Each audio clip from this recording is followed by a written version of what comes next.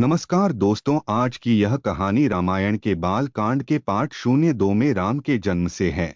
हम उम्मीद करते हैं कि आप इस कहानी को पसंद करेंगे और अपने दोस्तों के साथ जरूर शेयर करेंगे। मंत्रियों तथा सेवकों ने महाराज की आज्ञानुसार श्यामकर्ण घोड़ा चतुरंगिनी सेना के साथ छुड़वा दिया। महाराज दशरथ ने देश देशांतर के मनस्वी, तपस्वी, विद्वान ऋषिमुनियों तथा वेदविज्ञ प्रकांड पंडितों को यज्ञ संपन्न कराने के लिए बुलावा भेज दिया। निश्चित समय आने पर समस्त अभ्यागतों के साथ महाराज दशरथ अपने गुरु वशिष्ठ जी तथा अपने परम मित्र अंग देश के अधिपति लोकपाद के जामातारिंग ऋषि को लेकर यज्ञ मंडप में पधारे। इस प्रकार महान यज्ञ का विधिवत शुभारंभ किया गया। संपूर्ण वातावरण वेदों की ऋचाओं के उच्च स्वर में पाठ से गूंजने तथा समिधा की सुगंध से महकने लगा। समस्त पंडितों, ब्राह्मणों, ऋषियों आदि को यथोचित धनधान्य, गौ आदि भेंट करके सादर विदा करने के साथ यज्ञ की समाप्ति हुई।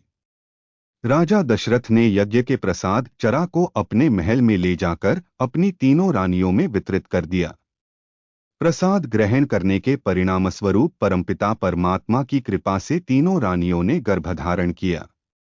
जब चैत्र मास के शुक्ल पक्ष की नवमी तिथि को पुनर्वसु नक्षत्र में सूर्य, मंगल, शनि, बृहस्पति तथा शुक्र अपने अपने उच्च स्थानों में विराजमान थे, कर्क लग्न का उदय होते ही महाराज दशरथ की बड़ी रानी कौशल्या के गर्भ से एक शिशु का जन्म हुआ, जो कि श्यामवर्ण, अत्यंत तेजोमय, परम कांतिवान तथा अद्भुत सौंदर्यशाली था। उस शिशु को देखने वाले ठगे से रह जाते थे। पश्चात शुभ नक्षत्रों और शुभ घड़ी में महारानी कैकेयी के एक तथा तीसरी रानी सुमित्रा के दो तेजस्वी पुत्रों का जन्म हुआ। संपूर्ण राज्य में आनंद मनाया जाने लगा। महाराज के 4 पुत्रों के जन्म के उल्लास में गंधर्व गान करने लगे और अप्सराएं नृत्य करने लगीं। देवता अपने विमानों में बैठकर पुष्प वर्षा करने लगे। महाराज ने उन्मुक्त हस्त से राजद्वार पर आए हुए भाट, चारण तथा आशीर्वाद देने वाले ब्राह्मणों और याचकों को दान दक्षिणा दी। पुरस्कार में प्रजाजनों को धनधान्य तथा दरबारियों को रत्न, आभूषण तथा उपाधियां प्रदान किया गया। चारों पुत्रों का नामकरण संस्कार महर्षि वशिष्ठ के द्वारा कराया गया तथा उनके नाम रामचंद्र, भरत, लक्ष्मण और शत्रुघ्न रखे गए। आयु बढ़ने के साथ ही साथ रामचंद्र गुणों में भी अपने भाइयों से आगे बढ़ने तथा प्रजा में अत्यंत लोकप्रिय होने लगे।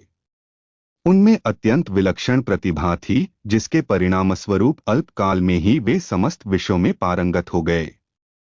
उन्हें सभी प्रकार के अस्त्र शस्त्रों को चलाने तथा हाथी, घोड़े एवं सभी प्रकार के वाहनों की सवारी में उन्हें असाधारण निपुणता प्राप्त हो गई।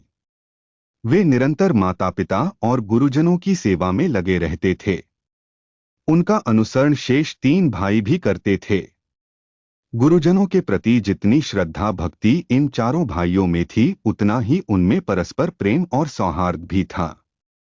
महाराज दशरथ का हृदय अपने चारों पुत्रों को देखकर गर्व और आनंद से भर उठता था।